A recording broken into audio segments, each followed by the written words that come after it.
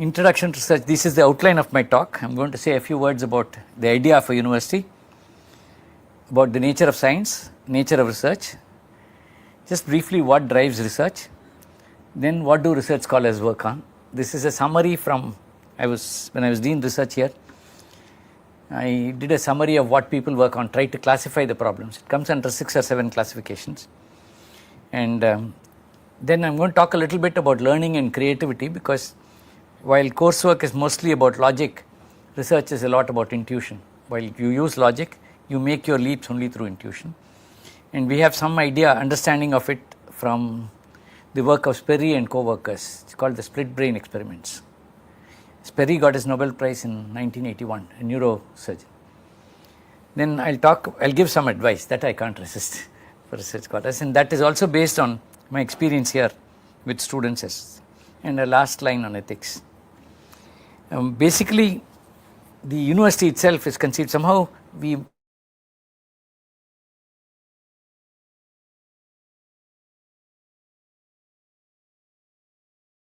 the Renaissance thinkers made 3 assumptions. The first assumption is that the material world is,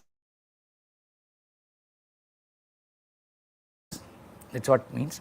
The second is that there is an underlying unity in knowledge, and this can be discovered only by a combined study of the natural and social sciences. We have divorced the two essentially. Natural sciences includes engineering, social sciences includes humanities. We think they don't have an effect. I'll just give you an example. For example, when in my own area in molecular thermodynamics, Gibbs made the assumption that all the microscopic states of an isolated system are equally probable. This idea a priori that everything should be equal unless there is a good reason for it not to be, came from the then social ideas of Karl Marx. If he had been at any other time, Gibbs may have made some other assumption, but we would have finally come to this assumption because this is what leads to results that compare well with experiment. But the point is that the ideas in society influence your thinking in terms of science also. Then the third is that education can lead to indefinite human progress. These are assumptions, these are the postulates. Then it was von Humboldt in the 19th century who said research and teaching have to go hand in hand. He said research brings passion to teaching and teaching rejuvenates the researcher. So both are important. And ever since then, all research universities have been based on these 4 premises. There's a nice article by Oakeshott. Oakeshott was used to be a professor of political science in Oxford, and it's called The Idea of a University. In fact, you can Google it and find the article. He says it's arguably the most civilized of human undertakings. The idea is simply, of course, that education passes on accumulated knowledge to the next generation, and no other animal does that. All other animals have to only learn by copying, so by watching and copying. In fact, that's probably the only reason we are on top of the food chain. But the purpose of education is refinement of the mind, not employment. I think that's important to realize. Many people come to education thinking this will lead to employment afterwards. It does, but that's a corollary. A refined mind will find more opportunities and therefore find more jobs available for it. But what has happened is this has been twisted out of thing, because employment is certainly important for individuals. So everybody thinks, will I get a better job after this? And therefore they come for it. That's not the purpose of education at all. In fact, the universities are now burdened with not only educating students but also placing them, which should never have been the case. Anyway, I'd like to draw on a metaphor. I like this metaphor. This is Oppenheimer has a book called Science and the Common Understanding. It's a beautiful book. You should read it. He draws the metaphor. He calls it the house of science. I've extended it to the house of education. It is like an ancient monument. It is a vast house. It is, in some wings are complete and perfect, and some parts are still receiving finishing touches, and there are also parts for which the scaffolding is being built, and there are new wings being created. But it's also very different from a monument. First, it's not done to a preconceived design, and it has a wonderful randomness suggestive of unending growth. And it has no shut doors, it's open to all comers. Of course, this seems a little ironical considering the way people struggle to get into institutions, good institutions in India. but that is an artificial result of our not having enough seats for the number of students who seek education. Basically, it is an open house. It's open to all comers. I mean, if you want a degree, of course, you have to register and so on, and then there are limitations. Let me say a few words about science, nature of science. Science seeks unity in the wild variety around us. When I say science, I include engineering. And I contrast this in particular with the industry, which thrives on differences. If you go to the industry, you have to first tell everybody what your product is and how it's different from everybody else's. Otherwise, you can't sell your product. Whereas the university seeks unity. It asks, what are the minimum number of laws on the basis of which I can describe the entire diversity around us? And you will never seek unity after you leave the university. You have to come back to the university to seek unity. It is basically a pyramid built by research traditions. The pyramid is robust but needs constant modification. The nice saying is that take Copernicus out and you have to rethink Einstein. You have to rethink. It doesn't mean you have to completely change everything. Normally, it's a fairly robust structure, but at the same time, there will be minor changes that occur. For example, when Einstein introduced the limitations of light's movement and Newton's idea of instantaneous reaction to a force was lost, it didn't make any difference to the macroscopic world. It only made a difference when you started talking about speeds comparable to light. But on the other hand, you did have to make that modification. The theories of science are produced by intuitive insight and validated by logic and experiment and improved by iteration. Please note that no theory can be proved, it can only be corroborated. You say that this is the theory, current theory, and as results come in, you may have to modify your thinking. Now, you should read, the other book you should read is Popper and Kuhn. They both write, it's not a book, they're articles by both of these people. They've also written books, but it's primarily about science as an evolutionary process. What they say is science evolves by deliberate idea mutation subject to the following selection rules. First, it ignores all ideas that lack testable consequences. You must realize that that eliminates about 2/3 of life, because a lot of things in life don't have testable consequences. In fact, in all of science, almost all of science and engineering, we deal primarily with materials that don't have a memory. And therefore, you are able to deal with them the way we deal with them. If they have a memory, then it's very difficult, especially if they have a long memory, it's very difficult to have testable consequences for such substances. Secondly, you reject ideas that fail the tests. If you compare with experiment, doesn't agree, then the idea has to be rejected. Thirdly, you seek ideas that make the widest possible range of predictions.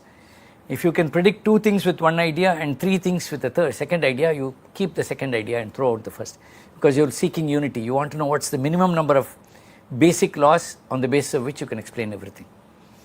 So science uses a double negative process. That is, it disproves incorrect theories. It uses double negative process to create a growing store of useful theories. Okay, so how do scientists work? Basically, I've got 2 quotations that tell you quite graphically. First, you balance 2 seemingly contradictory attitudes. This is from Carl Sagan. Carl Sagan was an astrophysicist who taught in Cornell. He passed away about 10 years ago. And he said the one attitude is to remain open to new ideas, no matter how bizarre or counterintuitive they may be. And the other attitude is scrutinize ruthlessly and skeptically all ideas that come to you. So this apparently conflicting ideas are what you have to work with. And Newton said, if I have seen further than others, it is by standing on the shoulders of giants. It's a very famous quote. What this tells you is, please do your literature search very well, because you should know what others have done before you start doing your work. And let me say a few words about the nature of research. Research is basically a creative process. It's complex and it is iterative. It is a search for truth, whether the truth is mundane or profound. It's about going up blind alleys to see if they are really blind. Sometimes you try out a method. After 4 years, you discover it's not a useful method. It's still publishable. You will still get your PhD. It doesn't mean you won't get your PhD. This thing doesn't have to, of course, normally for a negative result, you should have done experiments too. If pure theory that gives a negative result usually doesn't lead to a PhD. So you have to be careful. If you're working on pure theory, you have to be a little more sure of your ground. Then there are two kinds of research in general in the university. One is academic, the other is developmental. Academic is basically curiosity driven. But you must remember, even here 99% is routine, only 1% is inspired. It's routine because people have said things before, you keep verifying those things, you keep testing them out and so on. And 1% inspired is, of course, the great people that you've seen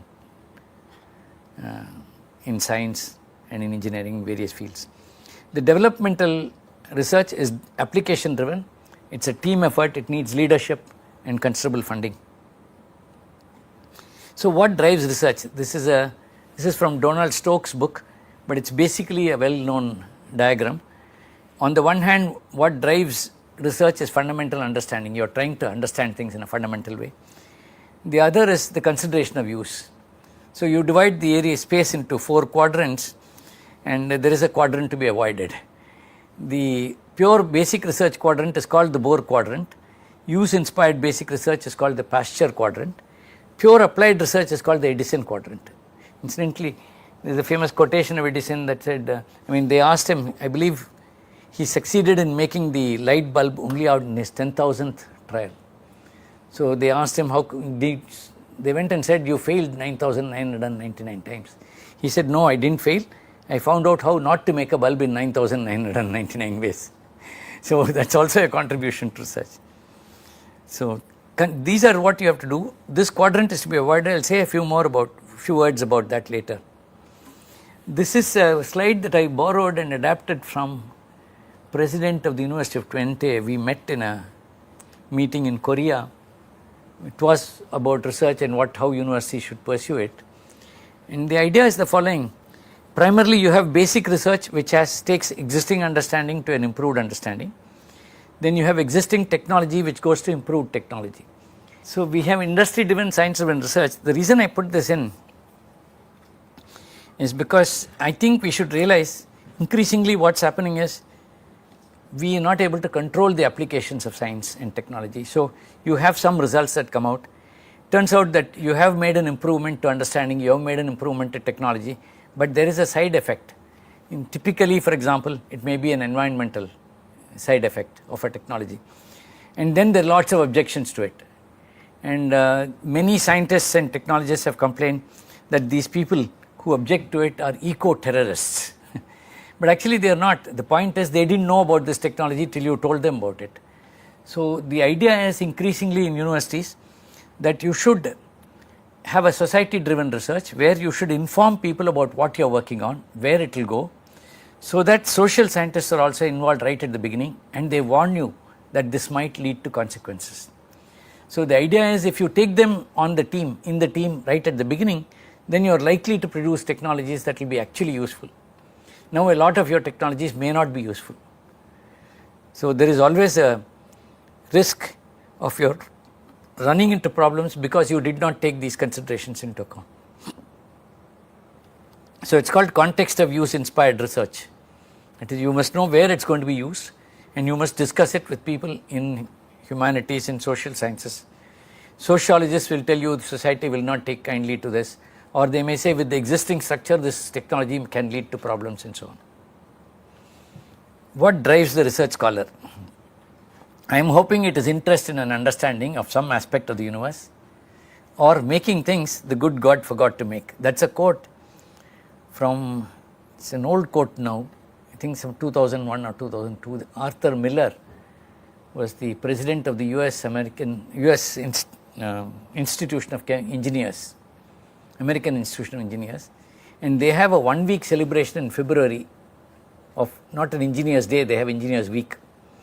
There were lots of posters, and Miller was apparently sitting in a bus in New York when a little girl was sitting next to him with her mother, and this girl kept asking her mother, what do engineers do? Then she kept looking around these posters and finally she said, oh, now I know what engineers do. They make all the things that the good God forgot to make. And he says that's a very good description of what engineers do. So that could be one reason why you are a research scholar in this institute, which is a good thing. But PhD is also a prerequisite for some jobs in career advancement. If you want to be a faculty member, if you want to be a research scientist, you're going to get a PhD. It's also a good route to change career path. If you are in one area and you want to change to another area, it's good to come back to graduate school, do a PhD in that area. Then hopefully it's not for want of current employment. Unfortunately, a sizable fraction of our research scholars do come because of this reason. And it's also not money. This result is actually for chemical engineers, but I suspect it's true of all engineering. They say in chemical engineering, there's a huge survey that the American Institute of Chemical Engineers did. They found a maximum of 10% more in lifetime earnings. I mean, you have to leave out the outliers. Some people make it to the top no matter what their discipline is. Those people you leave out. By and large, you take people who have ordinary career paths and 10% more in terms of lifetime earnings. So, it's not because you're going to make more money, hopefully for the love of it, because you're curious and so on. So, the value is actually beyond monetary returns. Of course, it's good for your ego. If somebody has to call you Dr. So-and-so, it's a little harder to curse you. And then research is its own reward. This is something that I want to emphasize. Very often research scholars seem to think the reward comes later. That PhD is only a piece of paper. It is something that recognizes what you've done. But more than that, the research, doing the research itself is the reward. That's when you suddenly understand something, then I think you have a. Then what do research scholars work on? This is a sort of summary of the kinds of problems people work on. First, intuitive imaginative research leading to unifying laws. This is rare. If you are in that category, then you don't need this lecture, you don't need any of it. The second is systematic gathering of empirical knowledge for applications. This is measuring properties. For example, you may measure the viscosity of many substances. Of course, lots has been measured, but there are new substances coming up, you will have to measure their viscosity for the sake of applications.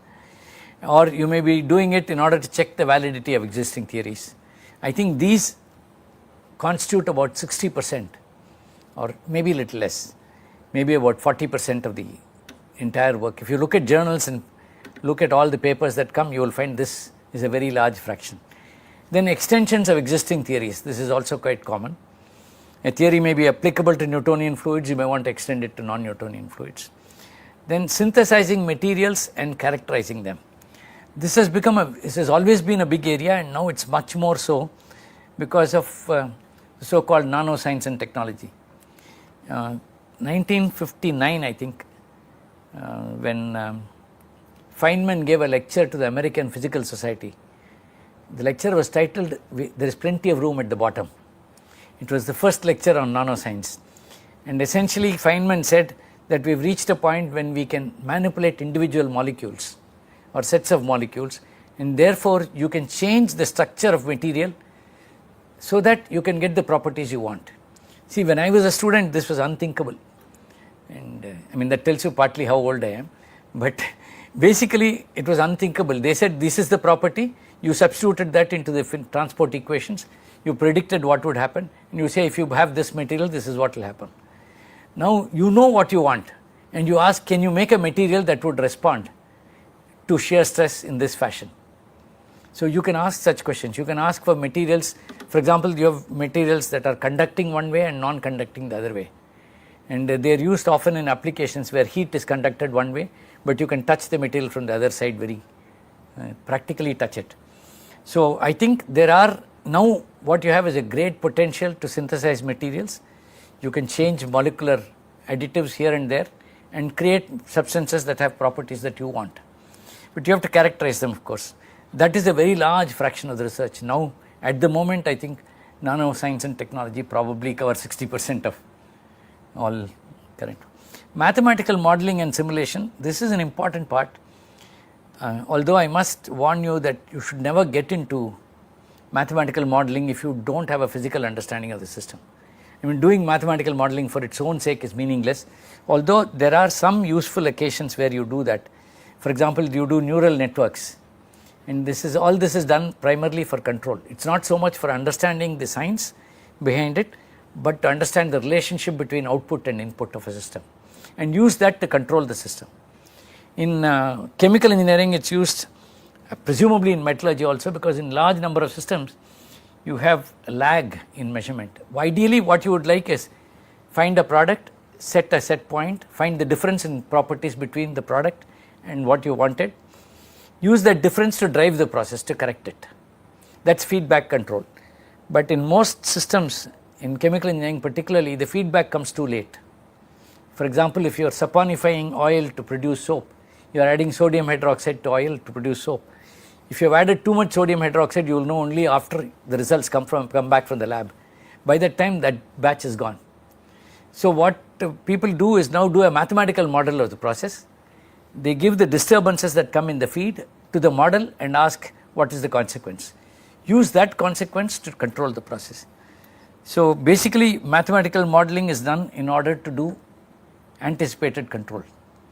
Then second is simulation. Modeling gives you conceptual understanding and simulation is supposed to give you actual understanding. So mathematical modeling and simulation is now a large fraction of the work. Finally, empirical correlations for design. Should realize that a lot of our the science is still inadequate. A lot of systems are not sufficiently well understood, and you must also realize very often industry is ahead of us. That is, if there is a profit to be made, people will find a technology to make that material or to produce that service, even if you don't understand the science behind the technology. So very often science comes after the technology is successful. You will always need empirical correlations for design, partly also because we don't understand turbulence. So because you don't understand turbulence, you can't do the correlations for heat transfer for all kinds of processes. So what you have to do is do it empirically. And if you look at analysis, basically in all of research, we divide a large problem that is to be solved into parts. We divide the small parts. Sometimes there is a conceptual difficulty. You leave the half that contains the conceptual difficulty and solve all the problems related to the other half. And once all of those are solved, people will take the other half. Again, you divide it into half. So analysis always proceeds that way. And we don't know how to proceed otherwise. Occasionally, a person has an intuitive flash and he produces an understanding that completes the design process. But 99% of the cases, we still have to cross the final design using empiricism. So empirical correlations for design are very much a part of engineering design. So now what are the characteristics of a good researcher? The first thing you need is a prepared and an open mind. When I say open mind, I don't mean a backward, empty mind. I mean a mind that is full but is still receptive to new ideas. Then you must have a broad interest in several areas. I must say a lot of you, although you have chosen your field, still don't know where your interest is. So I think it's important for you to discover your interest and to keep your interest broad in several areas, partly because an idea in one field may help in progress in another field. So I would recommend, for example, that you attend a large number of seminars. In fact, in my own case, my PhD problem, I solved the problem. Actually, I had to deal with molecules with angle dependent forces, and the theory was already known for molecules, monatomic substances. And in order to deal with this, I had to deal with rotation and I had to deal with four-dimensional harmonics in the mathematics. And I was quite ignorant of what was already in the field at that time. In chemical engineering, there was nothing. So I ended up deriving a lot of properties of four-dimensional harmonics. I'm very uncomfortable with them because the algebra was very complex. I had results that looked somewhat clumsy.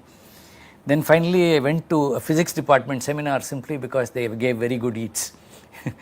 But the seminar was by a guy called Rose. I still remember, I didn't understand 90% of what he said, but he was talking about angular momenta in quantum mechanics. And he suddenly showed me the four-dimensional harmonic results that were already been done. And I just had to go back and verify. I was very happy that my results were right, but they had very elegant notation and a beautiful way of treating them. The idea is that it gave me such confidence, then I could proceed further. I think sometimes the idea comes from various fields. You never know where it will come from. Then third property you need is capacity for hard work. I think there is no substitute for hard work. Anything you get without hard work will always leave you a little insecure. So, I mean, it's always, our students have a favorite way of saying, they fundas are weak da. So I don't know. And the main reason they are weak is because you haven't put in the hard work to understand them. And then a desire to, another characteristic is desire to know the truth. You must have a desire to know the truth. In this context, nowadays it's particularly important that you don't pretend to the truth. I mean, there are people who are good research workers who have fallen for this, who have done plagiarism, or have manipulated their experiments. It never pays in the long run. So you must have a desire to know the truth and an ability to challenge prevailing paradigms. Then discrimination and aesthetics. I think this is very important. Ultimately, all research proceeds based on your sense of aesthetics. You think this is a beautiful way of doing it and not that. And I think that's very, very important. You have to develop a sense of aesthetics. When you read a paper, just reading the abstract, you should be able to say whether the treatment is beautiful or not. I think you should have an opinion on that. You may change it, but you should cultivate tastes. Discrimination is very important, because if I teach you thermodynamics and you have a problem in thermodynamics, you also read transport phenomena, which is irreversible processes. If you arrive at an explanation of a thermodynamic problem, at equilibrium problem, through a non-equilibrium process, it's a very bad way of dealing with it. Ultimately, an equilibrium process should not require that you know how the system changes when it's not at equilibrium. It's basically, you must have the discrimination to say, I will use only tools that belong to the equilibrium case and not use tools that belong there. So, and the other thing I keep telling undergraduates is, and it applies to you when you do coursework in graduate school, discrimination also means, the amusing story is that I show an apple and ask you what is it, and you shout orange. Then you have told me that you don't know an apple, you don't know an orange, you don't know both. And a person like me, I grade by negative marks. I give you 100 and then subtract whenever you make a mistake. So if you kept quiet, you would have lost only 5 marks. If you shout the wrong answer, you get -5 twice. So I think it's important that you be able to discriminate between, in this case, apples and oranges. Then ability to learn from mistakes of the past and mistakes of others. This is a peculiar ability that human beings have. And I think it's important that you learn that. And finally, a positive attitude and faith in the scientific method. Basically, you can challenge the method, but basically you have to have faith that this is a process by which I can do things in a reliable manner. Okay, let me say a few words about learning and creativity. The split brain experiments are experiments that were conducted by Roger Sperry he got the 1981 Nobel Prize in Physiology and Medicine. He and his co-workers have elucidated the learning process. There's a beautiful book by his student Gazzaniga on the brain, but I think a very nice summary is given by a person called Blakesley. It's called The Right Brain, and this is a summary. It says essentially two sides of the brain are fundamentally different. The left brain is logical, thinks in words, and is good at step-by-step reasoning. And the right brain is intuitive and musical and uses visual images to draw conclusions. The creative process itself, this is an oversimplified summary, but gives you a pretty good idea. There is a preparation stage where information is gathered by the left brain. In fact, I keep telling my colleagues, if students don't listen in class, don't worry. Their left brain is anyway collecting the data. It's actually true. You will know when you read for an exam. And even when you are not attentive in class, when you're reading for the exam, you suddenly tell yourself, oh, this is why the guy was going on and on in class about this. You suddenly understand something and you know why the teacher went on and on about it, even though you are not listening, because your left brain was listening. But that's the preparation stage where you gather data. It's information gathering stage. The second and the third stage belong to the right brain. It's called the incubation stage, when the right brain tries to see the whole picture, and the illumination stage, when the right brain's insight and intuition generate possible solutions and you think you've hit the right solution. But this happens to you at night when you're reading just before the exam. Suddenly things fall into place and everything seems to be right. But when you enter the hall, it breaks down and you become nervous again. And this is typical. The right brain is intuitive, it generates solutions, but very often these solutions are wrong. So you need a verification stage where the left brain logically tests the solution. In fact, we take this for granted now, but it's only Galileo who said experimentation is very important, verification. Before that, there was a peculiar situation. First, let me say this. Freedom from logic and structure is what makes the right brain so effective in generating ideas. Since most such ideas fail when tested logically, the left brain is equally important. It is the synergy between the two parts that is the real basis of creativity. You need both. And basically, the coursework is usually based on logic. All of university education is mostly based on logic, because I can't really teach you intuition. I can only tell you what I understand logically, I can explain to you. So you have to nurture your right brain. You have it and you should nurture it. And you should realize that in our tradition and in the Greek tradition, the left brain was usually that of one person and the right brain was that of another. Typically, we collected data and went to a sage who used his right brain, his or her right brain, and explained to you how all the confusing things that you had in your mind fit together. But because the sage said it, we couldn't verify it. I think my favorite anecdote is that of Aristotle. He said, women have fewer teeth than men. So some 260 AD.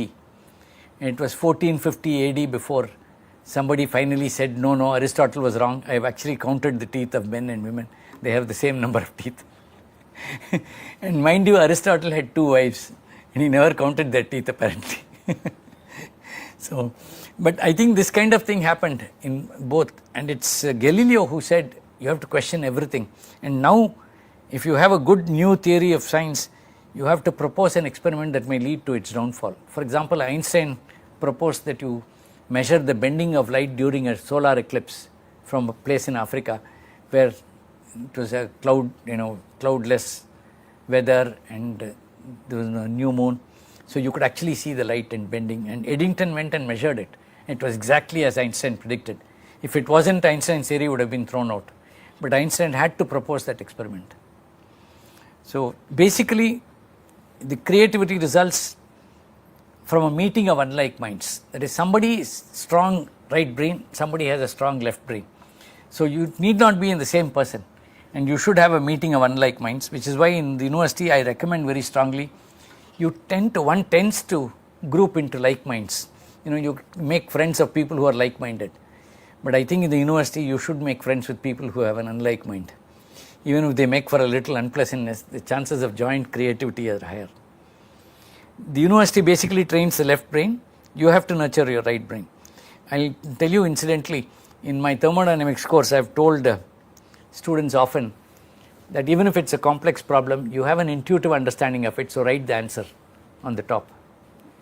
So, and then I tell them, then do the problem logically and verify if logic confirms your intuition. And typical of IIT students, they write that intuitive answer in pencil. Work out the problem. If it doesn't agree, they erase it and write this answer there. I tell them there are no marks for it, but they still play it safe. It's not for me, it's for your own sake. If your logic confirms your intuition, you will get self-confidence. And very often you have a feel for what's right, what's likely to be this. So then I want to talk a little bit about management. This is special to IIT Madras because we have a research park. The university is the source of almost all creativity in history. And the question is, how can university manage its creativity? There are 2 methods that are described usually. A guy called Schrager describes these, and I think he has a book on creativity. I forget the name of the book. Basically, there's a magic garden approach where you hire brilliant minds, create the right atmosphere and leave them alone. If you're a director of the institute, you pray because they may sometimes retire without doing anything. This is a risk you have to take because the brain is very good, you must have it in the university. But the second approach, which is called the idea factory approach, was actually evolved in research labs in the US in the 30s and 40s. Bell Labs is the most famous for it. The idea was to bring unlike minds together from different disciplines together and allow them to have create the right atmosphere, give them a lot of freedom but structure interactions. And anyway, minds can be unlike in different ways. First unlike success of meeting of unlike minds is the US graduate school, typically, where they take people from different cultural backgrounds. You must realize that science is universal, but the scientist is not. The scientist has a cultural background, therefore a set of prejudices. So if you want to overcome at least some prejudices, you must mix people from different cultures.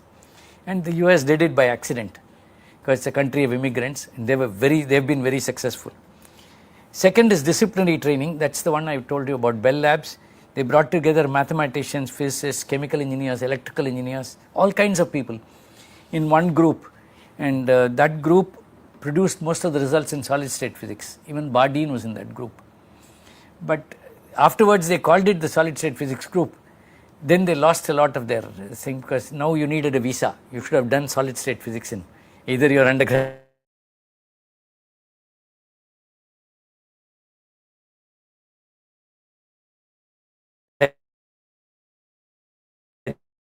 or postgraduate to get in.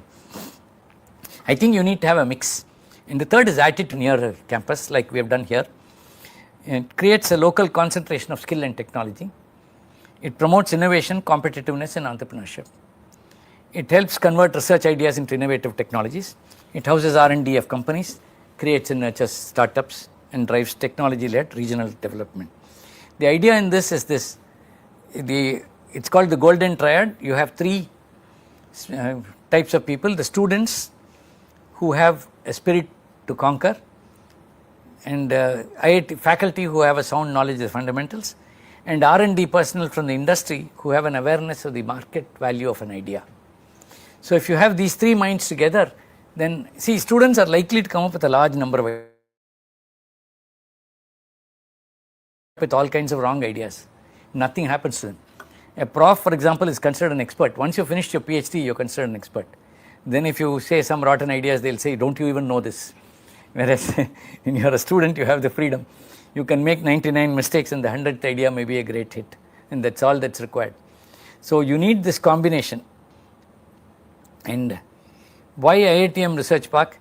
We did an analysis of IPRs in Silicon Valley, which has probably created the largest number of IPRs per unit time in the 90s, and we found a very large number of them have the names of alumni, IIT alumni, almost 50%.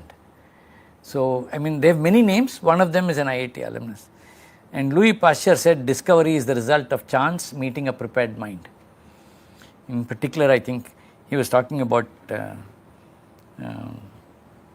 discovery of penicillin. Fleming, for example, had an idea of what was, when he saw this fungus, when he saw this thing growth, he realized that there was a cure for diseases. Anyway, so he said this, he said discovery is the result of chance meeting a prepared mind in experimental research. I omitted that and I quoted this to MHRD, and I said IITs have been preparing minds and chance has been meeting them in Silicon Valley. So I said they need to meet chance in our backyard, and MHRD agreed. So we started the IITM Research Park. It's an independent Section 25 company. I think now the section has been changed. It's called Section 8. You can hold shares in startups. IIT can't. We got 11.5 acres from the state government. I wanted it just outside the campus, and luckily for us, the MGR Film City was closed down. So they had 40 acres, and out of which we got about nearly 12 acres, 11.5 acres. And the state government was very generous. They gave us that land. It's adjoining us. The idea is that the values in an academic institution are different from values in a marketplace. So you shouldn't mix them if possible. So I preserve, in fact, I told the chief secretary, he said, you have 630 acres, why are you asking me for 12? I said, 630 acres of pure academic land where only Saraswati will be worshipped. And I want a place where I will worship Lakshmi along with you and with the industry. And just on that basis, he said yes. He was a very enlightened chief secretary that time. And he gave me 7 acres, then the government changed, they gave me another 5.5 acres. So we got about 11.5 acres total. And MHRD gave us 100 crores. It took about 7 years, but finally they gave us a 100 crore loan. They're going to make it a grant. And we decided to put 1.2 million square feet in 2 phases in this. 85% is for R&D, 15% is incubation. Research parks, university research parks exist everywhere else in the world. In India, this is the first research park. In fact, when I started talking about it in 2001, when I became director, 2005 is when Dr. Chidambaram, who was then our chairman, he wanted me to go to the US to attend meeting of the Association of University Research Parks. He said, you go represent India. I said, what India? What research park? There's none in India. He said, you're the only one talking about it, so you go. And I went there, and the first speaker was a Chinese. And this girl, lady, she's quite young lady. She got up and said, China has a very modest program, only 100 research parks, only 100 acres per research park, only 10,000 companies in each research park, and only $1.2 billion of support from the government. So I put up my hand and said, can I go last? I was next on the list. And she said, nothing doing, you have to speak in this order. Then I went up and said, 1 research park, 10 acres. Our budget was 300 crores at that time. But anyway, actually China has overdone it. A lot of our research parks are empty. But the point is, I think research parks are an important source of innovative technologies. Now, research parks, as far as research scholars are concerned, also give you chance for summer internships, because you get ideas from research there, and incubation. If you want to start companies, a lot of IIT people have started companies already. So this is the research park, you must have seen it. I don't know if you have visited it there. Okay, good. Then this is our clients. We've got clients in all sectors, and there's also a lot of interaction between the clients. That has also generated a lot of research. I think we have a total of some 75 patents per year now. We used to be 5. And this is very amusing, because in 2005, IIT Madras got the award for the university that produced the largest number of patents. So the Commerce Secretary called me and said, I want to congratulate you. I said, are you sure? We got only 5. He said, others have less. So it's not that we were not creative, but this patenting, the idea of intellectual property right was not there. And we created a cell here. But after the research park came, this has increased tremendously. These are some incubatees. So let me now get to some advice. General advice. The PhD problem is yours. So you have to help choose it. By and large, we find, I had 18 PhD students, only 2 of them helped choose their own problems. We give a general area, because most of us faculty have an area of expertise. So we say, within this area, if you want, you pick a problem. Usually I used to give students about a year and a half, and they never came back with a problem. In 1 or 2 cases, in 2 cases they came up with. And so the thesis is also yours. When you write your thesis, it should be in your style. Of course, if you make mistakes, your guide will correct it. But by and large, you should have a style of writing. It's a story, after all. And research is iterative. You must remember that results very often come in spurts. There are whole times, year and a half, when no result comes. And you can feel very frustrated. And there are no clear intermediate steps. They're very rare. And you have to avoid the temptation to attribute the failure to external causes. Normally the advisor is what takes the every student thinks the advisor is indifferent, incompetent. They'll come and tell you when you're doing research, sir, I have a problem. And very seriously they'll look at you, they'll say, you shouldn't be angry with me, but my advisor is indifferent and things. Actually, he's not indifferent. Usually you take a PhD student because you've run out of ideas. You've got some basic idea, but you don't know how to tackle a particular problem. You're hoping this new mind will come up with an idea.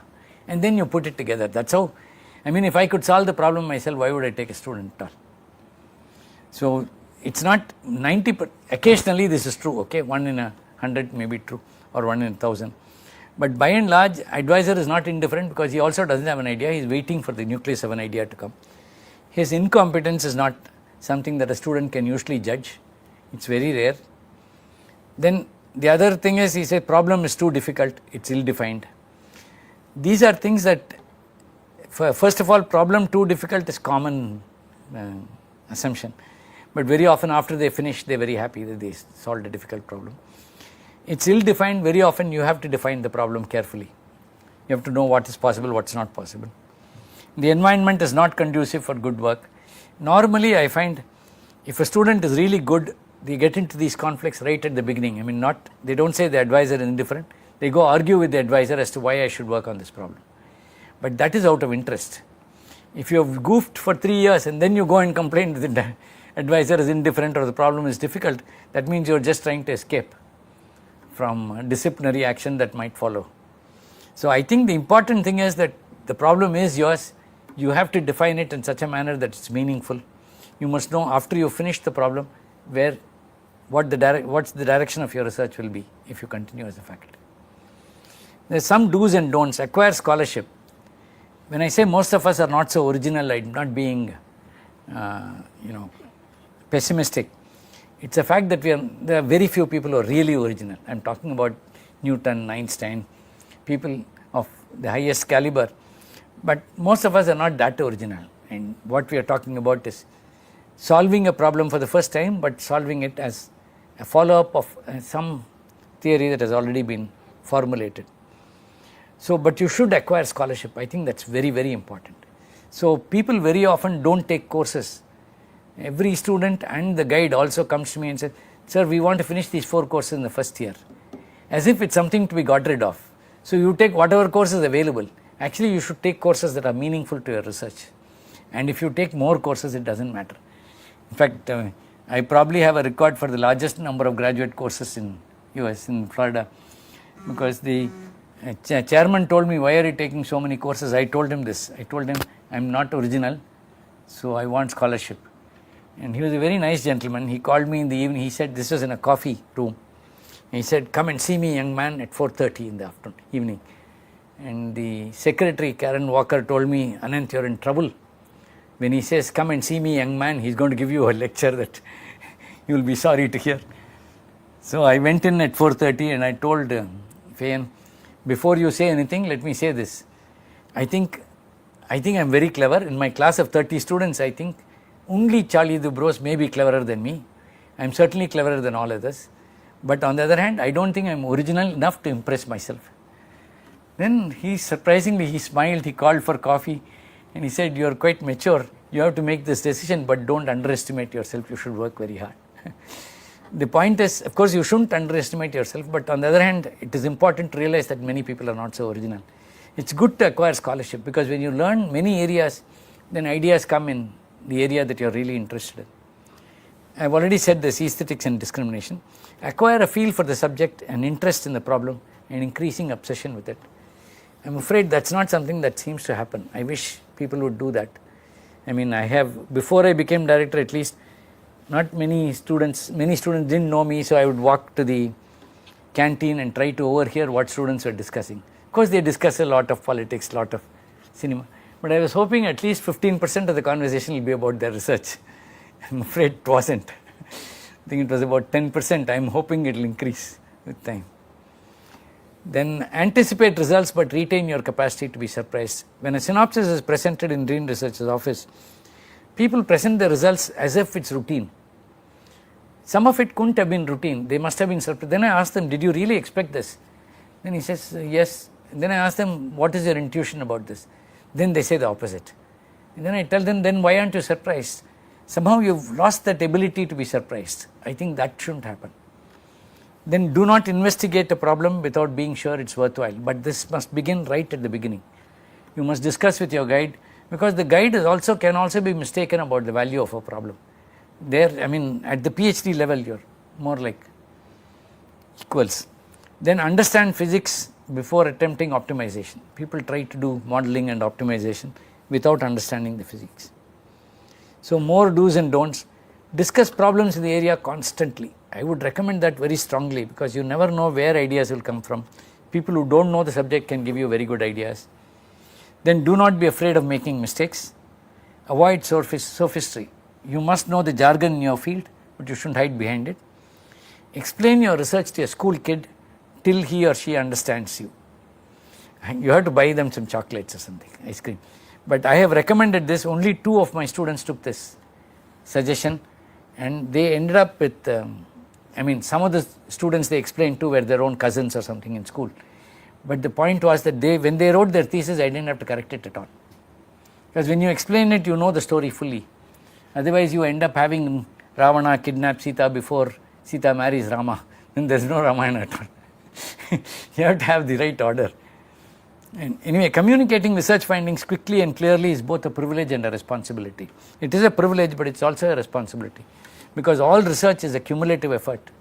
Everybody pitches in, puts in epsilon, and all of it together is what solves problems. Here I would say make many mental drafts.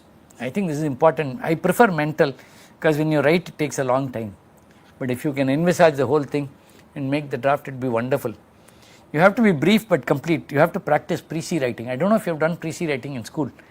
Our teachers used to make us write You write an essay, they'll say make it 1/3 the size. That's a pre-C, without losing content.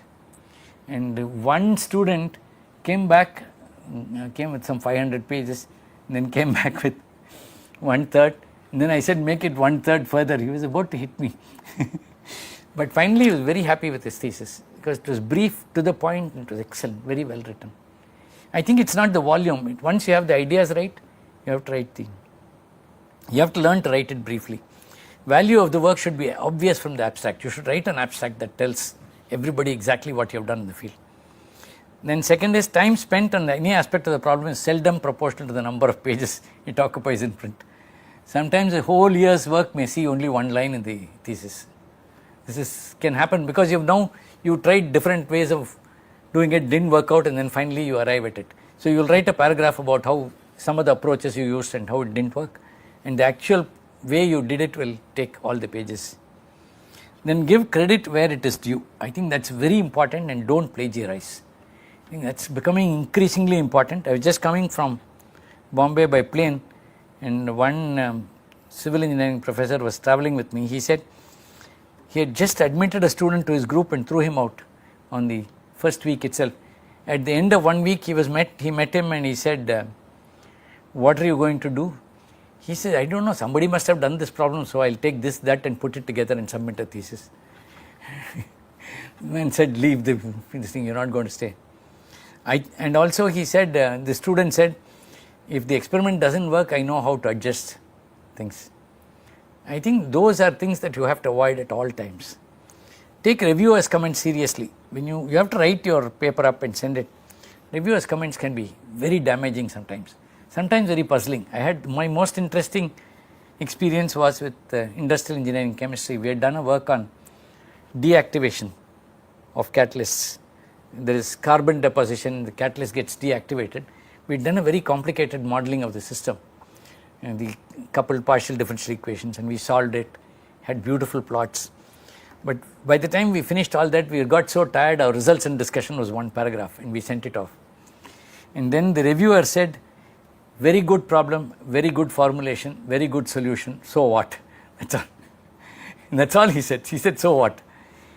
Then Pickford, who was the editor of the journal, said, I couldn't agree more with the reviewer, please revise and send it. So we sat down, for 1 month we took to write the results and discussion. The idea is, if you have done so much effort, you must be able to explain the results so that others don't have to do the computation and all that effort to understand what the physics is. So when we finally wrote the discussion alone, we only changed that section. And then Pickford said, I don't have to send it to the reviewer, I am accepting it. It appeared afterwards. I think in India particularly, we don't write results and discussions with enough care. Very often you get exhausted by the time you solve the problem. Therefore you don't. But I think that's very, very important. I think the last slide is about ethics. Conducting research is an exercise in ethics and a test of character. I think that's very important to realize. The results of research are ethically neutral, but the researcher cannot remain neutral in respect of its applications. The most dramatic example I can think of is the atom bomb. All the research that was done to develop nuclear power was done after quantum mechanics was born, 20s, 30s, 40s. And when they finally understood everything about fission, then meanwhile, due to historical accident, people were afraid Germany will make the bomb, so America rushed to make the bomb. And they made it, and they dropped it on the. At that time, the Japanese scientists who had participated in the quantum mechanics and in this thing was terribly devastated. He said he never thought his colleagues would do this. But eventually, what happened was a lot of scientists went into a depression because they felt suddenly they had pursued truth. They had pursued the truth about nuclear fission, and it had resulted in a bomb that killed hundreds of thousands of people and maimed many more for many years. So you cannot control this. And even after that, the hydrogen bomb was worked on, and Edward Teller made a famous statement saying, I can't help working on the hydrogen bomb, my curiosity is overwhelming. How it is used is not my business. I think that's no longer true. The only way to control that, it's not really you, it's not in your hands, but the way to control it is, I think, for scientists to write about the research in common journals, in popular journals, not giving technical details but telling them what the consequences of the research may be. A well-informed public is the best protection in a democracy against misuse of science. So I think that's important. Finally, I'll close with a statement on value of values, and this was Swami Dayananda Saraswati who spoke here in IIT Madras about 10 years ago. He passed away recently. He said, don't try to tell students about values, they already know.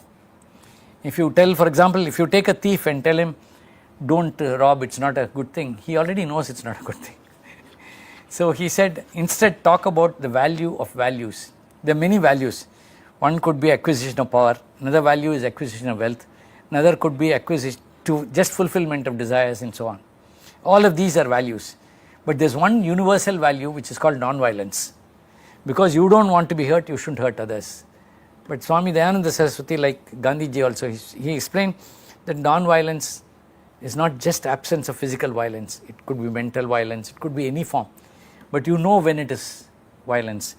So you know when it is non-violent,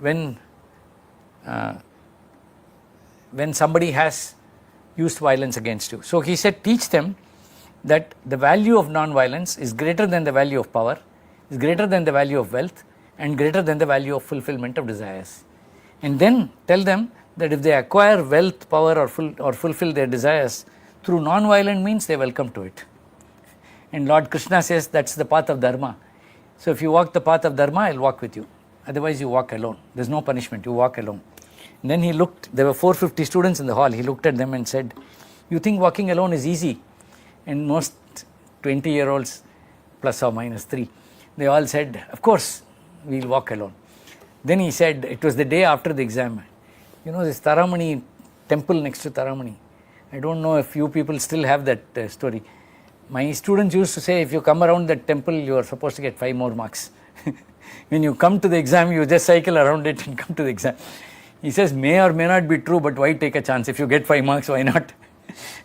So then he asked them, he somehow knew about it. He said, and 400 hands went up in the CLT. Then he said, that's what Krishna means by walking with you. I mean, it's not something dramatic. It's simply that human beings need something to hold on to, and they create various forms of help for themselves. And I think the point he made was very valid, that if you know that non-violent ways of getting anything is acceptable, then you're welcome to it. If you use violent means, it's just not worth it. And I think that's important to remember right through, and being ethical is rather important. So I think that's the last slide. Thank you for your patience. Thank you.